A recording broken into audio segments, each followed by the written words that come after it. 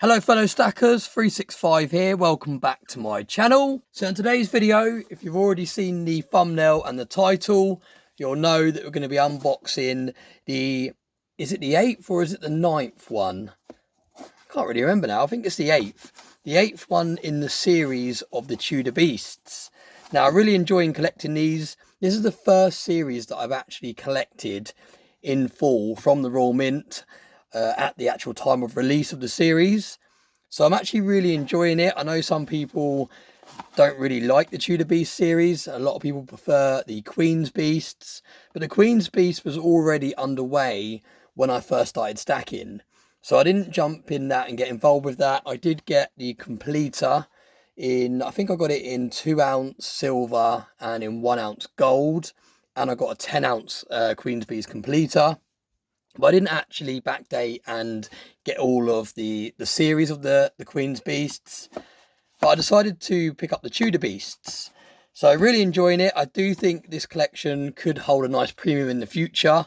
Just the fact that it's got the King and the Queen on the reverse of the coins. You've got the Queen for the first half of the series, and now we've got the King. So something a little bit different, and that might help add a premium in years to come. No one really knows. Proofs already cost a very large premium.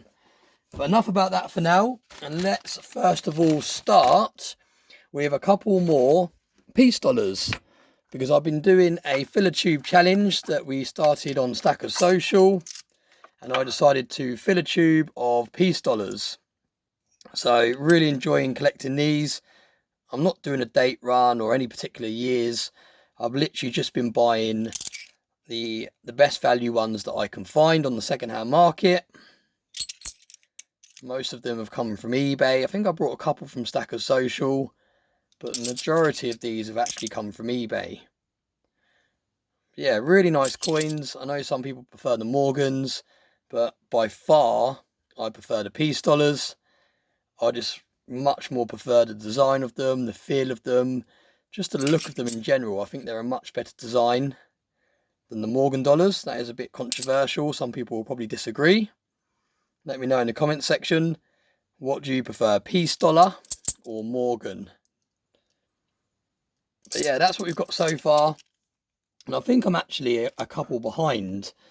So I don't think I unboxed one for last month, and I haven't unboxed one for this month. So we're going to be doing two in today's video. There's the first one.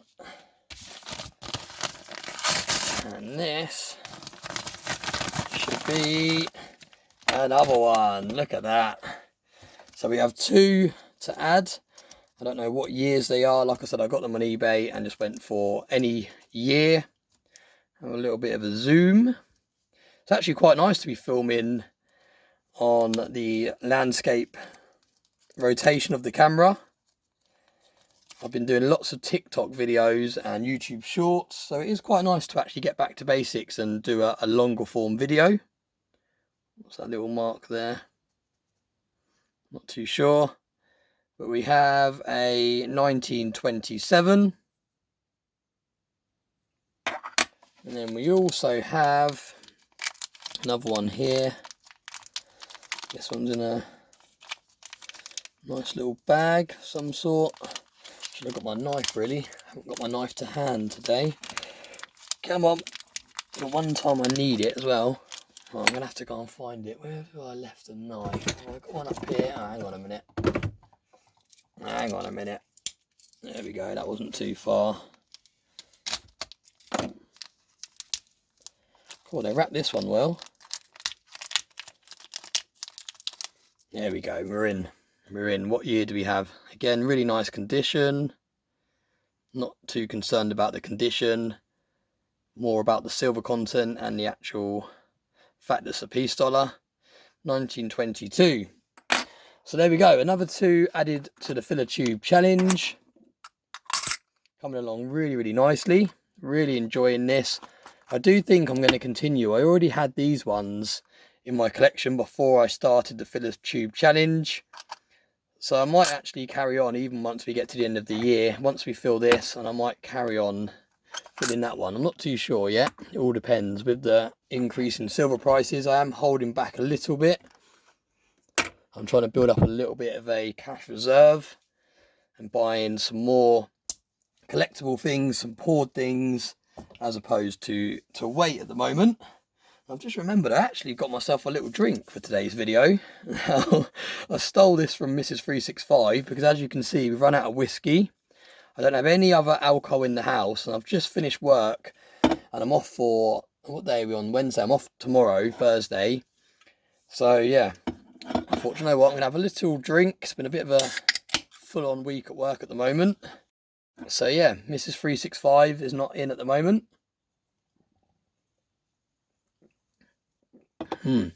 So I helped myself to her secret stash.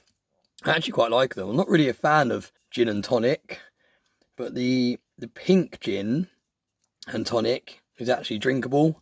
Just normal gin and tonic I don't like at all. I actually think it's a bit disgusting. That will do the job though. Quite refreshing. Please don't judge me. I actually got two here. But yeah, we'll try and drink them throughout today's video. But let's get into the star of the show.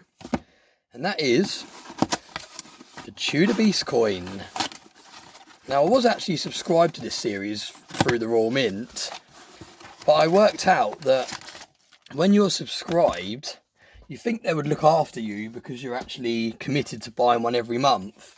But it's actually the opposite. You actually end up getting your coin last. I saw so many other people getting their coin before me.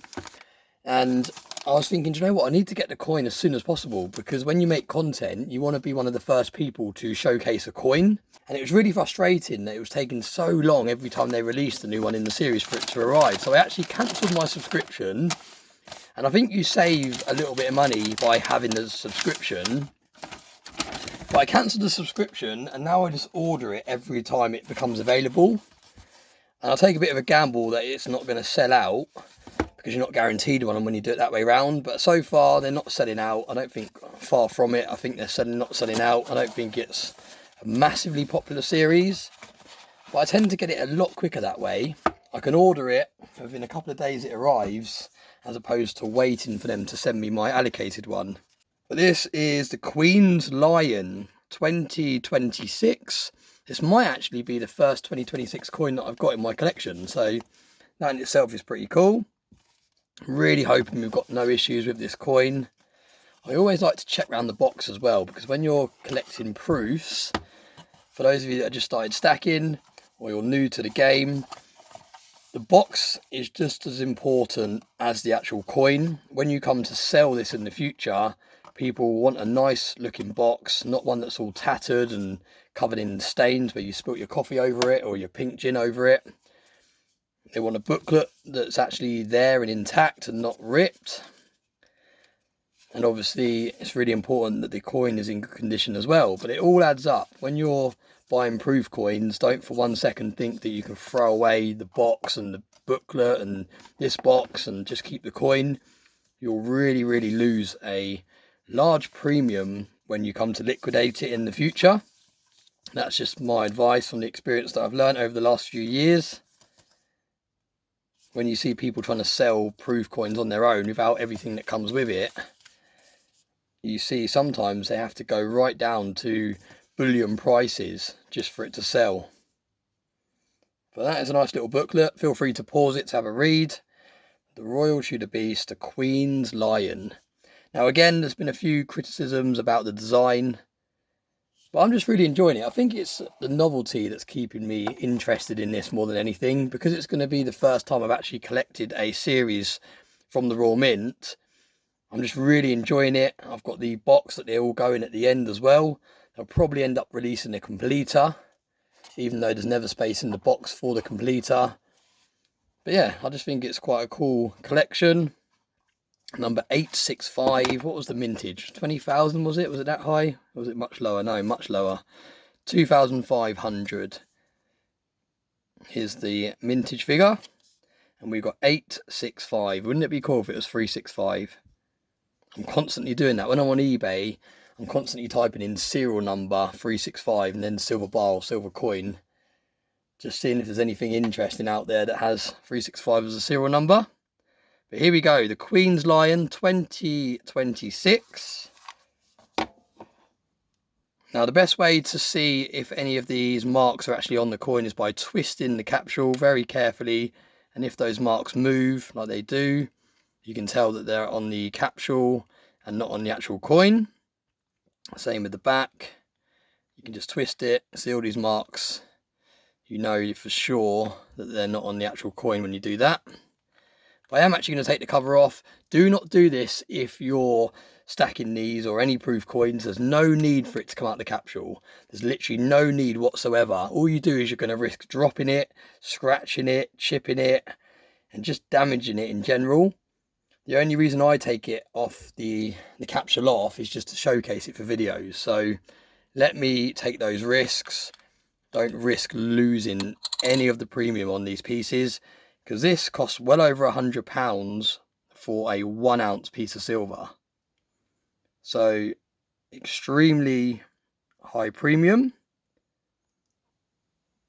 I quite like the minimalistic design. There's a lot less going on than the Queen's Beasts, and I think that's quite cool.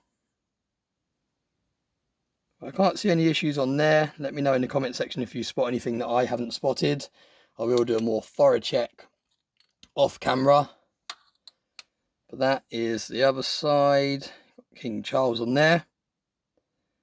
Again, there's a little mark just below his chin, which I'll have to inspect off camera. But nothing jumps out as being an issue straight away. Got edge inscription around the edge of the coin. Yeah, looks okay at the moment. Like I said, I will do further checks off camera, but for now we'll get the capsule lid safely back on. So there we go. That is it the 8th? I don't know, I've lost count now. Let me know in the comment section, what number is this in the collection? And I still need to find where I've put the box. I've got the box that they all go in, so once I do complete the collection, I'll do a video of me adding them all to the box. That'll be really, really cool. But yeah, when you do that, like I said, when you do that, if you do have the box and you decide to add them all to it, still keep hold of everything that I've just showcased. The COA, the booklet, the box, everything like that, all adds to the premium of a proof coin. When you're buying a proof coin, you're not just buying the coin, you're buying the presentation, the packaging, you're buying it as a whole. So yeah, big bit of advice there if you've just started stacking and you start buying proofs. But yeah, that is today's video. Thank you very much for watching.